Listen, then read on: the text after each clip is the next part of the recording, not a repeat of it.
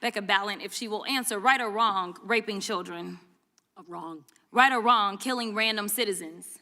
Definitely wrong. Right or wrong, enriching yourself as the sitting president of the United States? Definitely wrong. Okay, thank you, because I probably never would have got that with our witness. Our witness who somehow is a lawyer but does not understand how it works with witnesses. I'm not really sure what law school she went to and what all kind of cases she tried, but typically when you come into a space and somebody's a witness, then they sit there and they answer questions instead of asking questions. And then we also have this objection that we use as lawyers called non-responsive when a witness fails to actually answer the question. But nevertheless, let me address the survivors, because that's exactly who they are. They are not victims, they are survivors. Let me say thank you for having more courage and moral clarity in your pinky fingers than the entire Department of Justice. We are currently the laughing stock of the world, partially because of the failed leadership within the DOJ, as we see kings and queens falling everywhere around the world. But we don't know the basics of right and wrong in this country, because it's not about partisanship.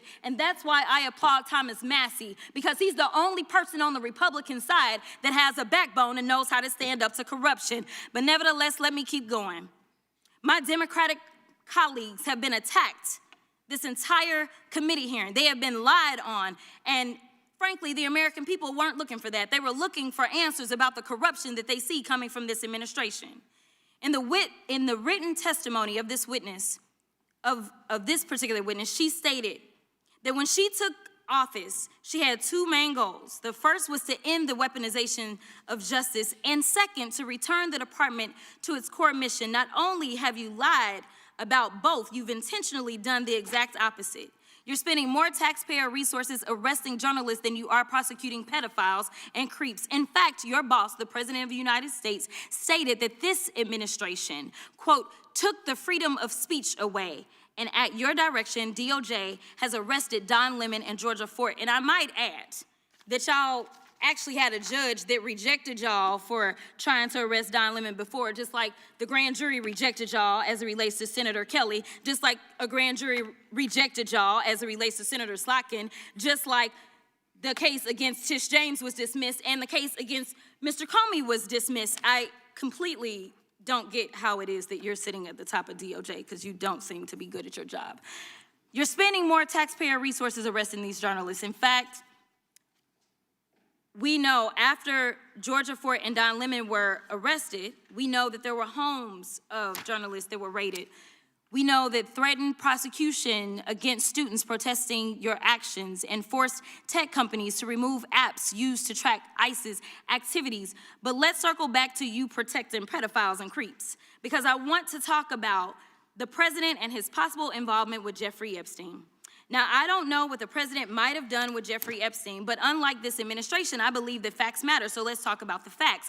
Fact number one, Donald Trump is one of the most named people in the Epstein files. At least 5,000 files contains more than 38,000 references to Trump, his wife, or Mar-a-Lago. Fact number two, Jeffrey Epstein and Ghislaine Maxwell made young girls available to Trump on multiple occasions. For example, according to this file, Ghislaine Maxwell presented a young girl to President Trump who spent more than 20 minutes apparently flirting with her.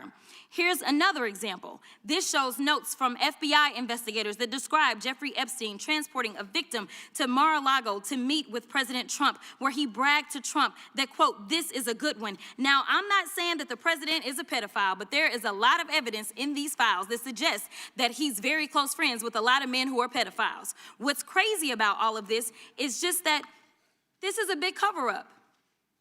And this administration is engaged in it. In fact, this administration is complicit.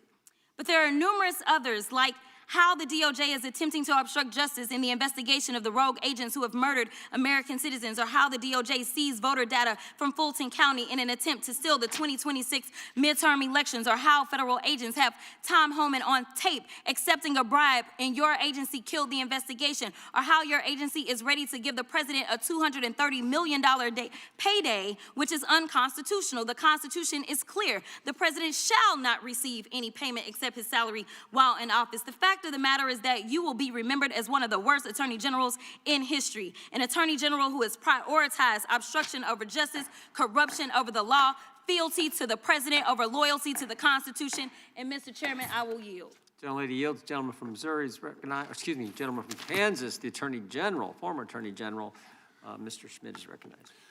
Thank you, Mr. Chairman, and General Bondi, thanks for being here. Did you have anything you wanted to say before we talk? I do. Thank you, Congressman. Thank you, my friend, for many years. I find it interesting that she didn't even want to try, Congresswoman Crockett, to ask any questions because she certainly did not condemn her leader, Hakeem Jeffries, for taking money from Jeffrey Epstein after Epstein was convicted.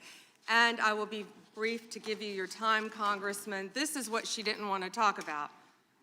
Texas, from Cuba, convicted, homicide, arson, weapon offense. Convicted, You know, so what we Estrada, talking about? Convict some of Texas, these convicted, perpetrators that homicide. rape these women that are Chairman, sitting time behind you, time that belongs you to the refuse gentleman to from even acknowledge Kansas. they are here. Time belongs to the Texas. gentleman from Kansas. Mr. Chairman, could I have a few seconds You back bet.